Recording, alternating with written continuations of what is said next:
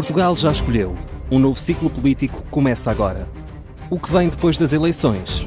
Aceda à informação que não cabe numa manchete. Assine hoje, com até 55% de desconto, e habilite-se a ganhar um dos 10 cartões oferta FNAC que temos para oferecer. Tudo em observador.pt. 3 horas.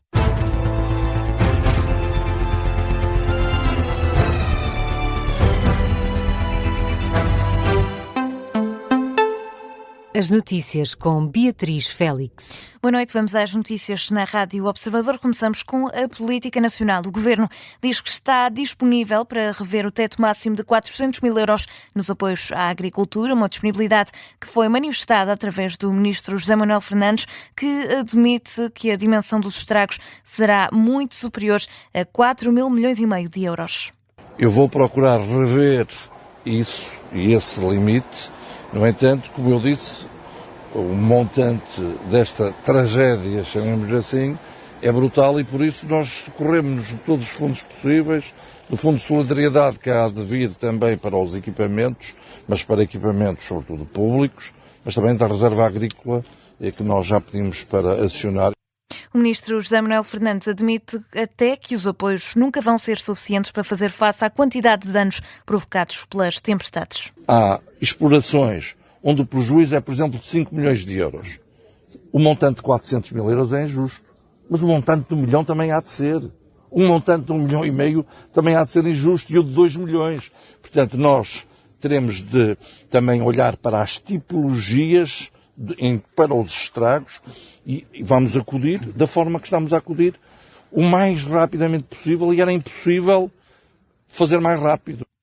O Ministro da Agricultura reconhece que o limite atualmente previsto não é justo para muitas explorações, mas ainda assim lembra que o dinheiro é finito e os recursos também. Já a União Europeia promete atuar com urgência para apoiar Portugal depois da destruição provocada pelas cheias, uma garantia deixada pelo Comissário Europeu da Agricultura e Alimentação, que indica, no entanto, que o apoio europeu vai chegar este ano, mas ainda não adianta qualquer data. O Comissário avisa também que a reserva agrícola, 450 milhões de euros, não é suficiente para responder à dimensão dos prejuízos. É de partir o coração quando vemos a vida das pessoas destruída. Temos de mobilizar os mecanismos europeus e internacionais para ajudá-las a regressar ainda mais fortes. É importante, no futuro, pensarmos nos sistemas de seguros, porque a maioria dos agricultores não os tem, não investe nisso. Com estes eventos climáticos, que vão ser cada vez mais frequentes, temos de nos precaver e ajudar os agricultores. Christopher Hansen esteve a visitar as zonas afetadas do Rio Tejo, o Mondego, Rio Lixo e do Pinhal de Leiria, sempre acompanhado do Ministro da Agricultura. Adiantou que é necessário ponderar sobre outros instrumentos de apoio, como o Fundo Social Europeu. Falamos agora da isenção das portagens na região de Leiria. É para se manter, mas não com o Governo a suportar os custos. Vão ser as autarquias a fazê-lo, uma decisão da Comunidade Intermunicipal de Leiria, quando ainda esta segunda-feira o Secretário de Estado da Proteção Civil, Rui Rocha, entendeu que o período crítico da tempestade já passou e, portanto, deixa de fazer sentido manter esse apoio. Falamos de troços da A8 e A19, fundamentais para a deslocação dos cidadãos entre as várias localidades de Leiria. A isenção de portagens nestas estradas foi implementada ao mesmo tempo que o estado de calamidade, decretado pelo Governo no final de janeiro. O estado de calamidade terminou no domingo à noite e, por isso, com ele, caiu também a isenção de portagens. O presidente da Comunidade Intermunicipal de Leiria, Jorge Vala, já tinha também enviado uma carta ao Presidente da República a pedir que Marcelo intercedesse junto do Governo, mas não obteve a resposta.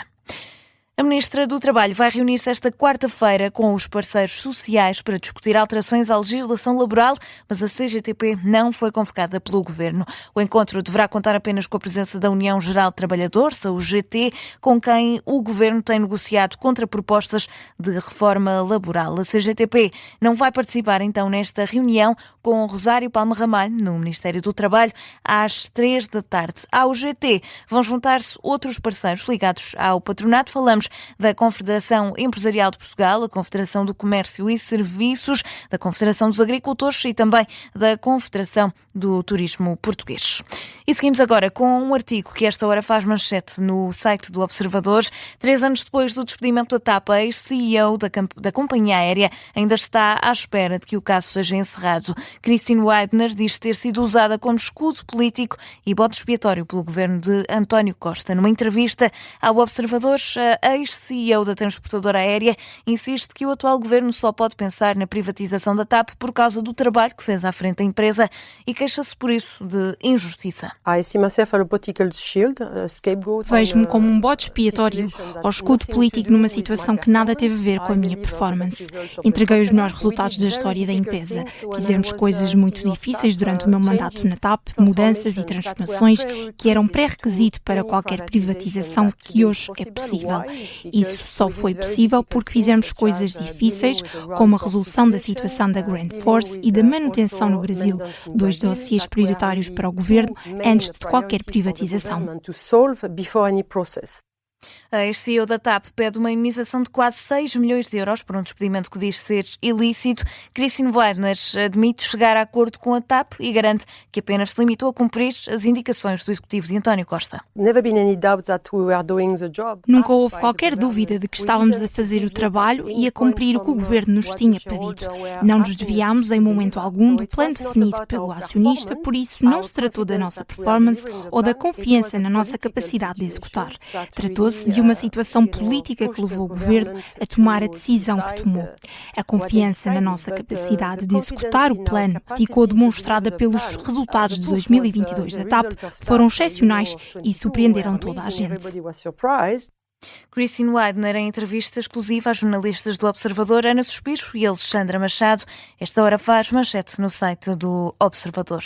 Falamos ainda de atualidade internacional. Portugal e mais 84 países da ONU condenam as medidas expansionistas de Israel na Cisjordânia. Na terça-feira, na sede das Nações Unidas, uma representante da missão da Palestina leu uma declaração conjunta assinada por 85 países que condenam veemente as decisões e medidas unilaterais de Israel que visam expandir a presença ilegal do país na Cisjordânia. Nessa declaração, os Estados-membros acrescentam que essas decisões são contrárias às obrigações de Israel perante o direito internacional e devem ser imediatamente revertidas e que estão contra qualquer forma de anexação.